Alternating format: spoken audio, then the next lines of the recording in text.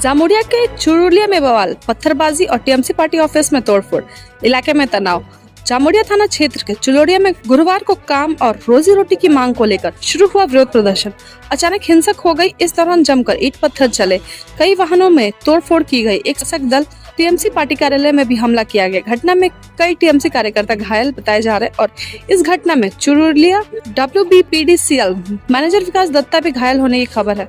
स्थानीय सूत्रों के अनुसार चुरुलिया इलाके में स्थित West Bengal power development corporation limited की कोयला खदान इलाके में कई लोगों की आजीविका का मुख्य साधन है। आरोप है कि खदान प्रबंधक द्वारा खदान के आसपास के इलाकों में अपने नियंत्रण में लेने के बाद स्थानीय लोगों के रोजगार के अवसर पर कम हो गए। इसी के विरोध में गुरुवार सुबह बड़ी संख्या में लोग खदान परिसर में काम की मांग को लेकर प्रदर्शन करने पहुंचे। प्रदर्शन के दौरान माहौल गर्मा गया और बाद में बड़ी संख्या में लोग चुरुलिया स्थित शासक दल टीएमसी पार्टी कार्यालय में पहुंच गए। वहां मांगों को लेकर विवाद बढ़ गया और देखते ही देखते स्थिति हिंसक हो गई। तृणमूल के स्थानीय क्षेत्र अध्यक्ष ब्रोजो नारायण रॉय ने आरोप लगाया कि कुछ लोगों ने पार्टी कार्यालय में घुसकर तोड़फोड़ की और कार्यकर्ताओं के साथ मारपीट की। घटना की सूचना मिलते ही जामुड़िया थाना की पुलिस मौके पर पहुंची और स्थिति को काबू में किया, लेकिन तब तक चुरुलिया बाजार इलाके में दहशत का माहौल फैल चुका था और सभी दुकानदारों ने अपनी जान बचाने के लिए दुकान बंद कर दिया। हालात को देखते हुए इलाके में एसीपी के नेतृत्व में भारी पुलिस बल के साथ रैफ की भी तैनाती की गई। फिलहाल पुलिस पूरे इलाके में गश्त कर रही है और स्थिति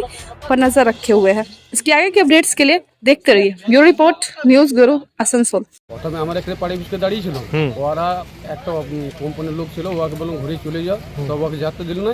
ওর পর গাড়িটা পুরো ভাঙাভাঙি করতে করতে পুরো আমরা মনে এখান থেকে ঘুরে তুলে চলে যায়।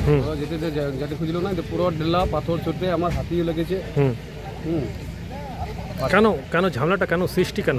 না ওরা মারামারি করতে স্টার্ট হয়ে গেল, বলছে না তোর এখান থেকে সাইডে চলে যায়। আর আমার মনের মধ্যে আমরা সামনে, তো আমরা এখানে দাঁড়িয়ে থাকি, আমাদের এখানে বাজারে দাঁড়িয়ে থাকি। ওরা মারতে মারতে ওরা স্টার্ট হয়ে গেল। আমরা বললাম কি যে না তোরা ঘুরে চলে যায়, ওরা মানছে না। তখন পাথর ছুটতে স্টার্ট হয়ে গেল, আমার হাতে লেগে গেছে। কি পার্টি অফিস ভাঙলো? টিএমসি। কেন টিএমসি পার্টি অফিস কেন ভাঙলো ওরা? ওরা কোম্পানি বলছে আমাদের বাইক চালাই দেওয়া নাই, কয়লার গাড়ি, ওই জন্যই। গ্রামেররা ভাঙলো না কোম্পানি? না কোম্পানির লোক না, এই গ্রামের লোক। আপনি কোথায় থাকেন? আমি রুদেশপাড়া। কি নাম আপনার? জিতেন রুইটাস। হয়েছিল যে এরা জেনারেলি কয়লা তুলে পরে খায় আর কি। তো কয়লা তোলাটা কালকে পুলিশ প্রশাসন বন্ধ করেছে, ঠিক আছে। পুলিশ প্রশাসন বন্ধ করার পরে ওরা সবাই মিলে পার্টি অফিসে গিয়ে পরে সব মানে হাজির হয়েছে যে আমরা কয়লা তুলব, আপনারা ব্যবস্থা করে দেন। শেখ আশরাফ ছিল ওইখানে। আশরাফ বলেছে ওদেরকে যে ভজদা নাই, ভজদা কাল সকালে আসবে, এই আজ বিকেলে আসবে, বিকেলে এসে বসে একটা যাই হোক কিছু করা যাবে। In the meantime project manager যে যা ছিল বিকাশ দত্ত, তার গাড়িটাকে ভাঙচুর করে ওরা। ভাঙচুর করার পরে এই আশরাফ বিকাশ দত্তকে বাঁচাইতে গিয়ে পরে মুচিপাড়াকার ছেলেগুলো তাদের সাথে যোগ দিয়ে কোনোরকম প্রজেক্ট ম্যানেজারকে বাঁচিয়ে নেয়। প্রজেক্ট ম্যানেজারকে বাঁচিয়ে দিয়ে যাওয়ার পরে ওরা যথেচ্ছ ডেলাডিলি শুরু করে দেয়, ঢিল মারতে থাকে। আমাদের এক ছেলেকে মেরেছে, এখানে 4-5টা গাড়ি ছিল সেগুলোকে ভেঙে দিয়েছে। তা ভেঙে দেওয়ার পরে তারপরে ওরা মুচিপাড়া পুরো চেপে গেছিল। এবারে মুচিপাড়া চাইছিল না ঝামেলাটা হোক, কিন্তু যখন পাড়া চেপে গেছে তখন মুচিপাড়া ওদেরকে তেড়ে পার করে দিয়েছে। In the meantime police এসে মানে অবস্থার ইয়েটা উন্নতি ঘটায় এবং তার সাথে সাথে পার্টি অফিসটাকেও ভেঙে দিয়েছে। চেয়ার সমেত একদম যা যা ছিল আলমারি উল্টে দিয়েছে, পোল ভেঙে দিয়েছে, সমস্ত কিছু করে দিয়েছে।